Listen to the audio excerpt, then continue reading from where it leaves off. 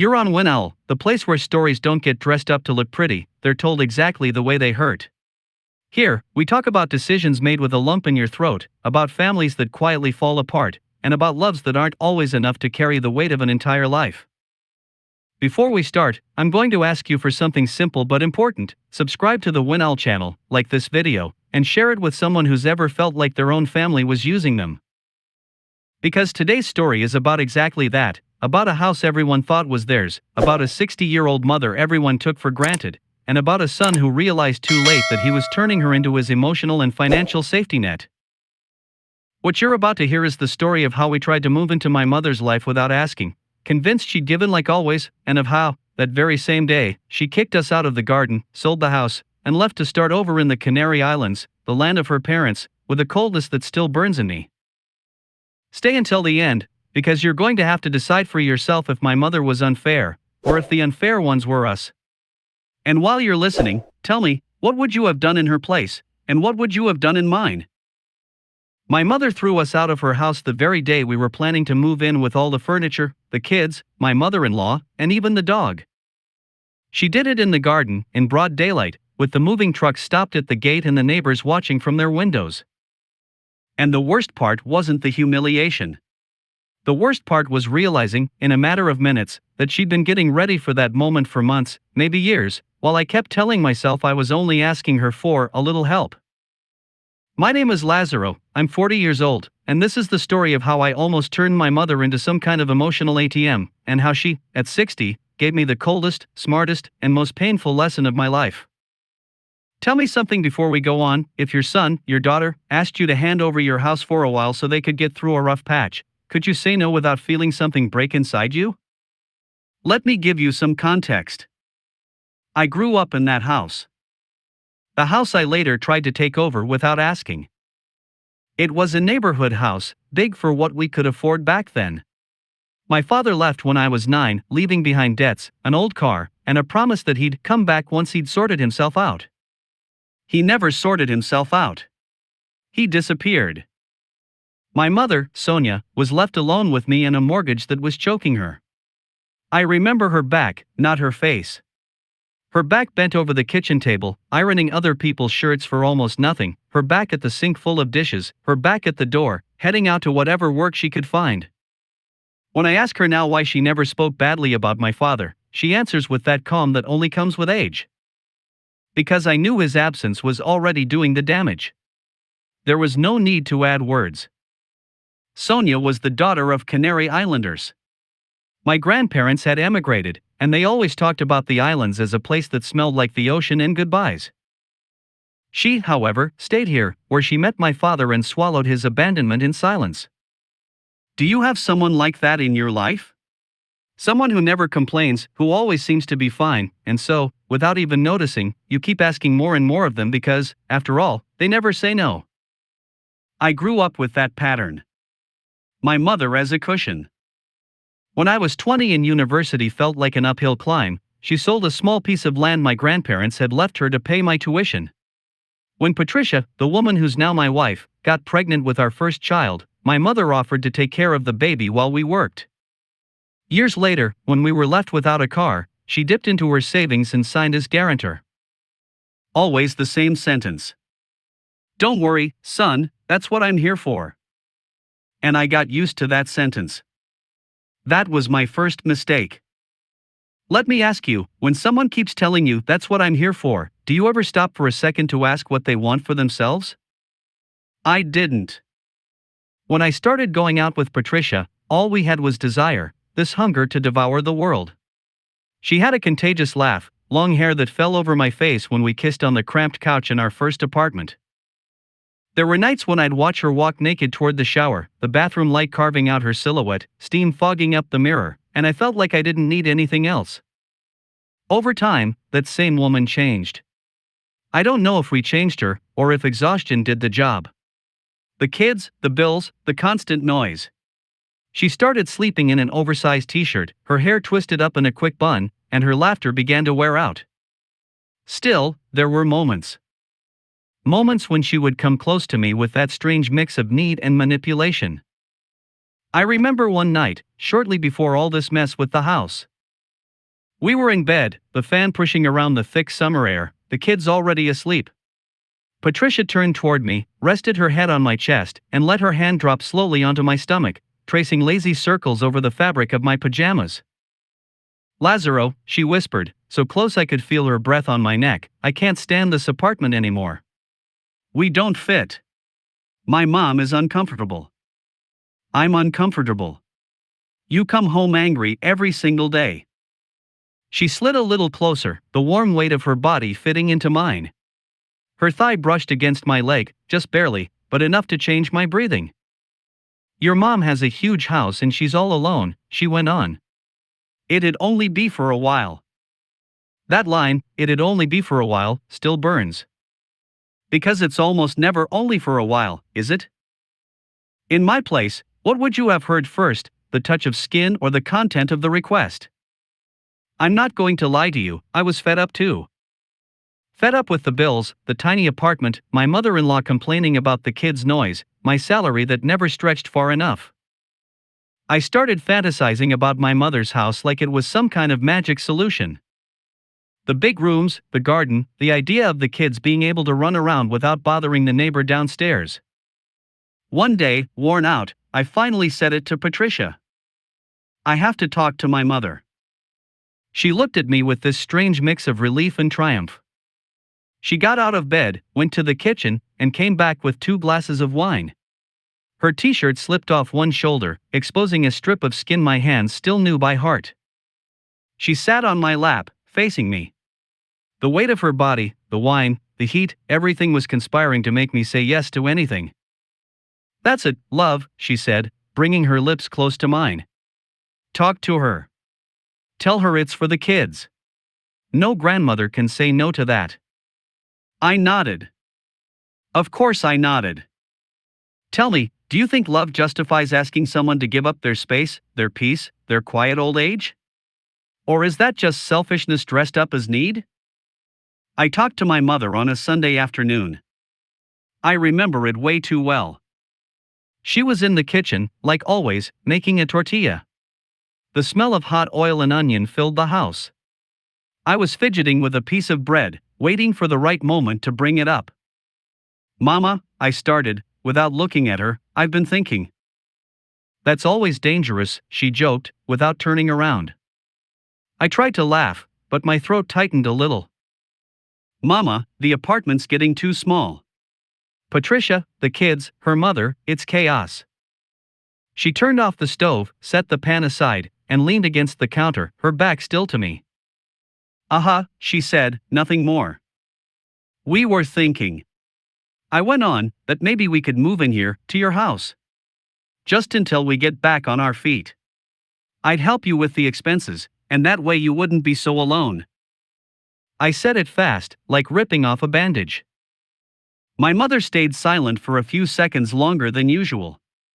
Then she turned around. Her hands were clean, she'd dried them carefully on the dish towel. She looked straight at me, no harshness, but without that usual spark of complicity in her eyes. "Just until you get back on your feet?" she asked. "Yes. A couple of years, no more." She nodded slowly. "And what about your sister, when she comes back from abroad?" she added. "This is her house too." I hadn't thought about that. "We'll work it out," I said, improvising. "There's room for everyone." My mother sighed. It was a short sigh, controlled. "Let me think about it, son." I knew, right then, that something was moving underneath the surface. But I didn't want to see it. Does that happen to you? You see the discomfort in someone's eyes and choose to ignore it because it suits you? When I went back home and told Patricia my mother wanted to think about it, she exploded. "Think about it," she repeated, dripping sarcasm. "What is there to think about? It's her family." Her mother chimed in from the sofa. "Grandmothers are there to help, son. If I had a house, I would have given it to you already." I felt like a scolded child. Patricia paced back and forth across the living room, barefoot, her hair loose, the t-shirt clinging to her from the heat. Every now and then, as she turned, the fabric stuck to the curve of her breasts, tracing her quick breathing. It was an uncomfortable blend of desire and anger. She stopped in front of me. "Go talk to her again," she said. "You can't let her play the victim." What she did that night was come closer, brush my neck with the tip of her nose, the way she used to at the beginning of our relationship, when a whisper was enough to undo us. I knew she was using our intimacy as currency. And even so, I gave in. Have you ever let someone drag you into a decision that smells wrong, just because you don't want to lose their affection, their body, their approval? I pushed my mother again. Calls, messages, visits. She stayed calm, never giving a clear answer. "Don't worry, son, we'll see," she'd say. What I didn't know was that while I was pressuring her to open her house to us, she was going to notary offices, to government buildings, talking to lawyers. She was literally preparing her escape. One day she mentioned, almost in passing, that she'd started the process to obtain Spanish nationality through the democratic memory law, thanks to my Canary Island grandparents. "That way, if I want, I can go to the islands with no trouble," she said, serving coffee. I laughed. "Oh, come on, you're not going anywhere, Mama. You've got everything here." She smiled, a small smile, but didn't answer. Now I realized that was her last warning. And I threw it straight in the trash. Do you hear the soft warnings people give you, or do you only react when it's already a door slammed in your face? The break came on the day we decided to move in, without an explicit yes. It was Patricia who crossed the line. But I went with her. "If we wait for your mother to make up her mind, we'll be stuck here forever," she said. "She knows we can't take this anymore. Let her adapt." She started calling moving companies, packing things up, selling furniture that wouldn't fit in the new house. The kids were excited, talking about the garden at Grandma's new house as if it were already theirs. At night, whenever I hesitated, Patricia would press herself against my back in bed, wrap her arms around me and murmur, "You're not doing anything wrong. You're just taking your place as her son." Her hand would run down my arm, slide until her fingers laced with mine. There was tenderness there, but also a force pushing me forward. I wanted to be a good husband, a good father, a good provider.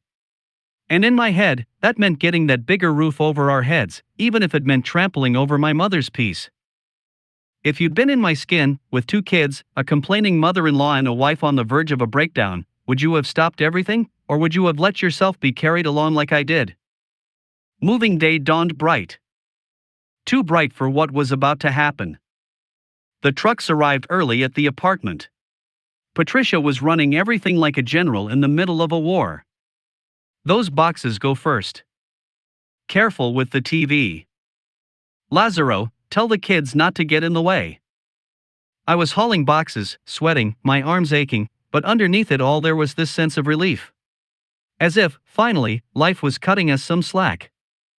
My mother-in-law rode in the front of one of the trucks, the dog on her lap. The kids came with me, buzzing with excitement, asking every few minutes if we were almost there. Patricia did her makeup in the car, fixed her hair. She wanted to arrive looking good at my mother's house, like it was a formal introduction, when in reality it was an invasion. And there it was, the house. The same front, the gate, the garden I'd known since I was a kid. But something was different. Something in the air. My mother was standing at the entrance, waiting for us. She wasn't wearing an apron or house clothes. She had on a simple dark blue dress and a small suitcase at her side. Her hair was tied back, small earrings in her ears. She looked taller somehow, I don't know why. The trucks pulled up. The kids jumped out, running. Patricia smiled, raised a hand to wave. And then my mother spoke. "Don't unload anything." That's what she said.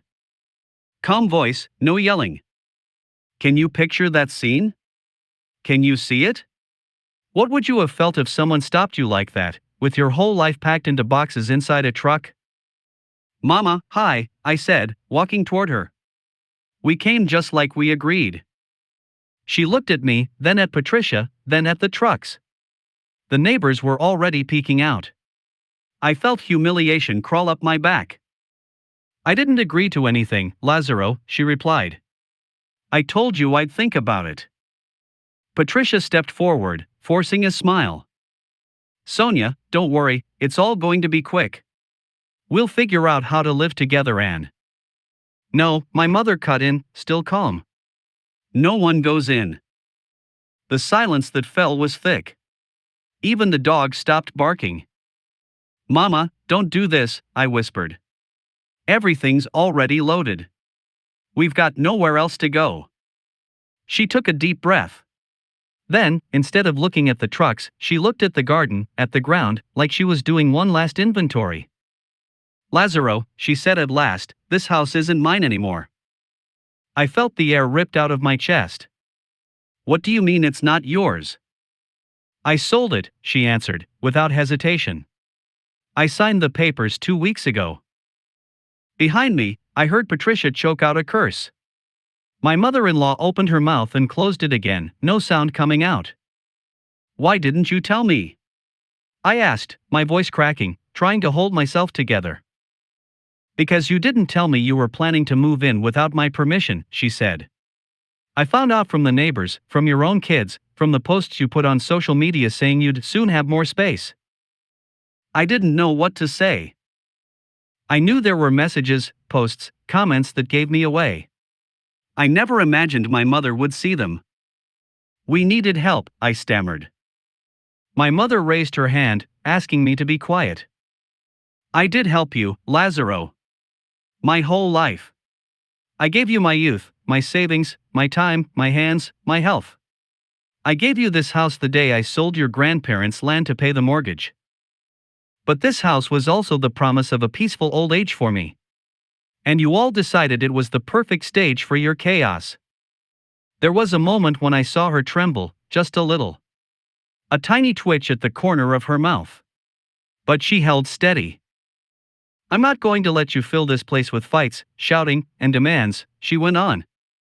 I'm not going to be the grandmother who raises the grandkids while the parents are at each other's throats, or the mother-in-law who swallows dirty looks. I've already done enough. She bent down, picked up the suitcase. I'm going to the Canary Islands, she said.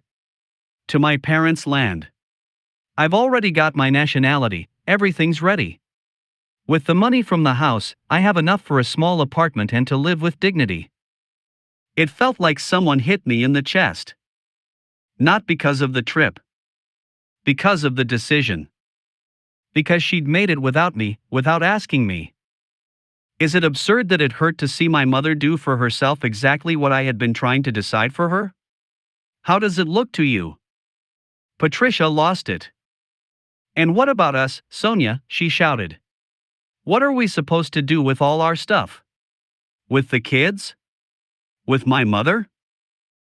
My mother looked at her, not hostile, but with a new, unfamiliar firmness. You're adults, she said. You can rent, sell, move, work more, work less. I've already done my part. The kids, confused, clung to my legs. My eldest, eyes filling with tears, asked, Aren't we going to live with Grandma? I didn't know how to answer. My mother bent down to his level, stroked his head. My love, she said, I'm going to see you, I'm going to call you, I'll be there. But this house isn't a place for all of us to live together anymore. It's for other people, for another story. The boy cried. Patricia cried. My mother-in-law muttered curses under her breath. I stayed frozen, like someone had nailed me to the ground. Inside, part of me wanted to scream at her, insult her, demand things from her. And another part was seeing, for the first time, the woman who existed behind the mother. A woman who was choosing not to be occupied. If you had been my mother, would you have done the same? Or would you have let them fill your house just for a while until your piece ran out? The truck driver came over, awkward. Sir, what do we do with the stuff? Patricia looked at me, expecting me to put my foot down, to force our way in, to play the offended son card. But my mother stepped forward. Take it all back, she said. And she pointed at me, will cover the cost. She didn't say anything else. She opened the gate, walked into the garden and, from inside, stopped to look at me. Lazaro, she said, in a softer voice, I love you. And that's exactly why I have to set boundaries. If I don't just lose my house. I lose myself. She closed the gate. The metallic sound was like a period at the end of a sentence. I watched her walk down the hallway with the suitcase in her hand. She didn't look back. That was the last time I saw the house.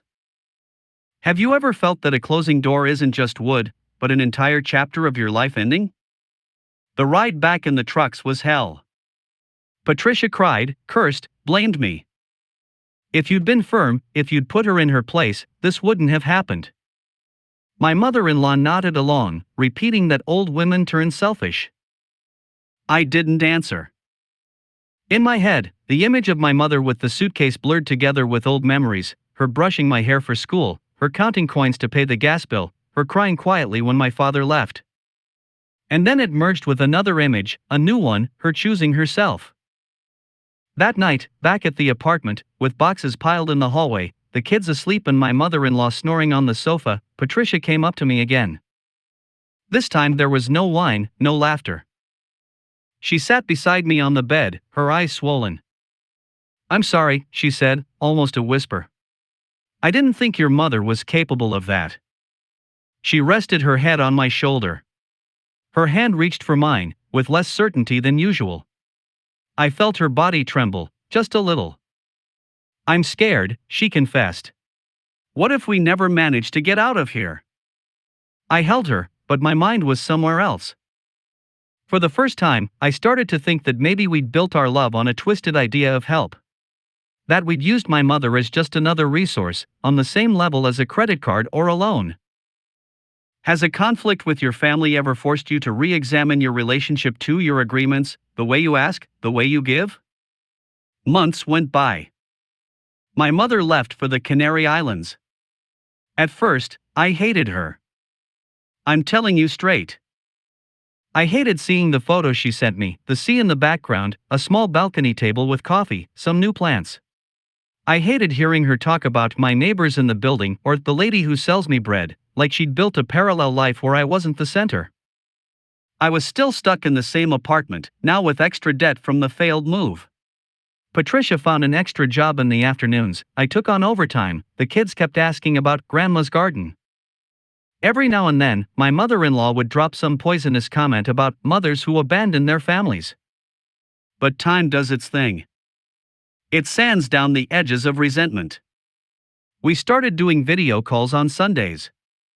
At first, the conversations were short, tense. How are the kids? Good. And you? Good too. In the background, I could see the canary sky, a different blue, cleaner. I saw light coming in through windows I didn't recognize. One day, months later, someone else appeared on the screen. An older man, dark-skinned, white beard, a shy smile. This is Tomas, my mother said. My neighbor. He helps me with the grocery bags. I felt a strange knot in my stomach. Jealousy, maybe. Not romantic jealousy, but jealousy all the same. Tomas waved. Nice to meet you, Lazaro. Your mom talks a lot about you and the kids. My mother glanced at him sideways, with this blend of shyness and complicity I'd never seen on her. Her body leaned toward him, just a little, like someone who, without saying it, is reaching for another's presence. It was a fleeting image, but enough to understand that, for the first time in decades, she was allowing herself something like desire, companionship, tenderness. Would it be hard for you to watch your mother, your father, rebuild their love life at 60? Would it make you happy, or uncomfortable? One night, after one of those video calls, Patricia kept staring at the now black screen. Your mom looks different, she said. Different how? More at ease. And that man looks at her nicely. She turned to me. Do you think we were wrong? Her question caught me off guard.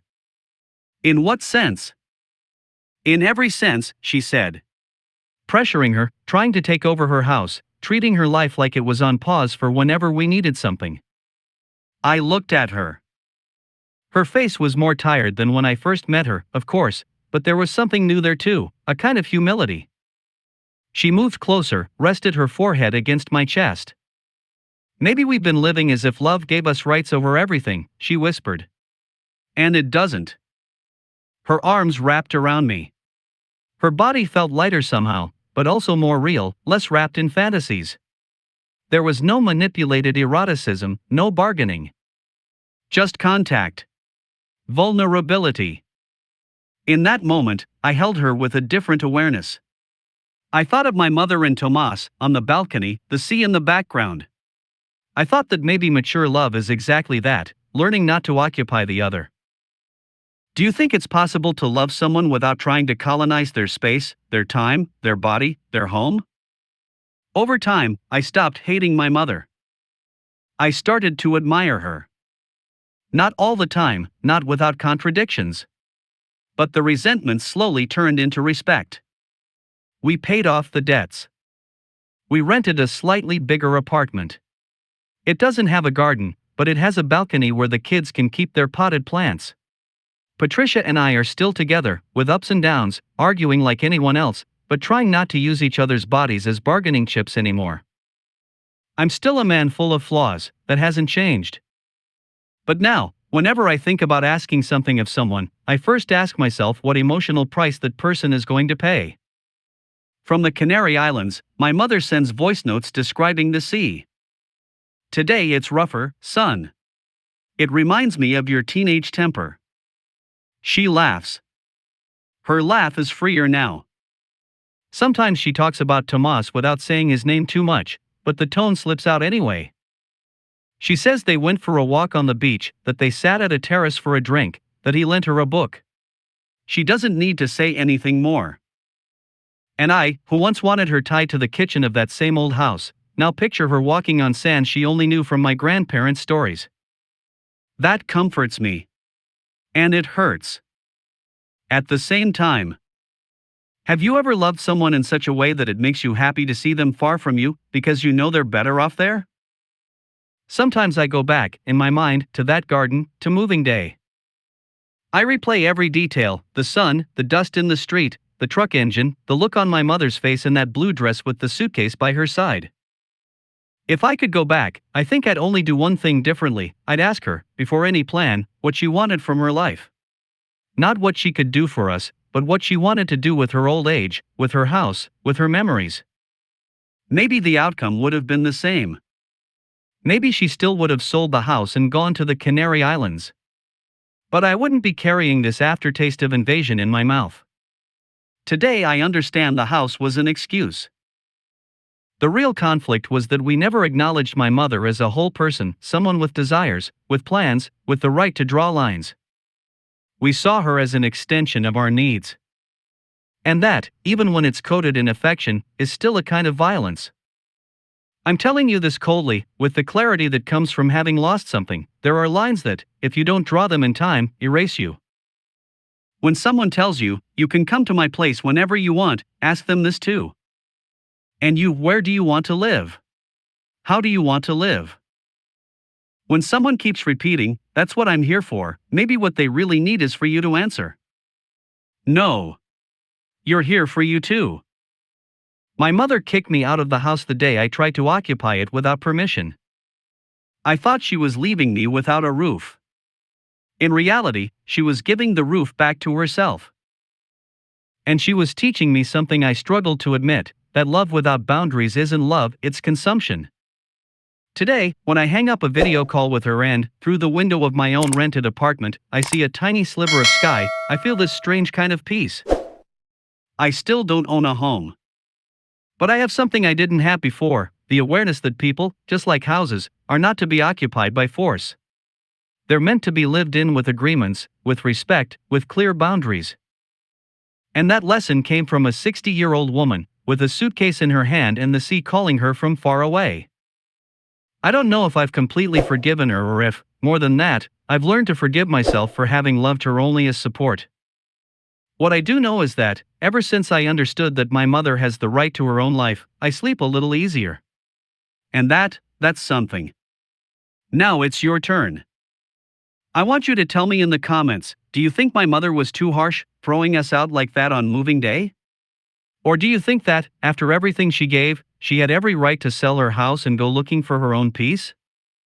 If you'd been in my shoes, with your kids, your partner, your debts, would you have stopped the invasion in time, or would you have crashed into that slammed door just like I did? What advice would you give someone who feels they're using their parents as a life raft but doesn't want to admit it? I'm reading you. Really? I need to know how you see it, because sometimes we get so used to our own version of the story that we stop seeing the cracks. And before you go, let me remind you, subscribe to the WinOwl channel if these stories make you think, if they hurt a little but also open your eyes. Like this video if you've ever felt occupied or if, being honest, you've occupied someone else. And share it with that person who always says, that's what I'm here for, because maybe they also need to hear that they have the right to choose their own house and their own life.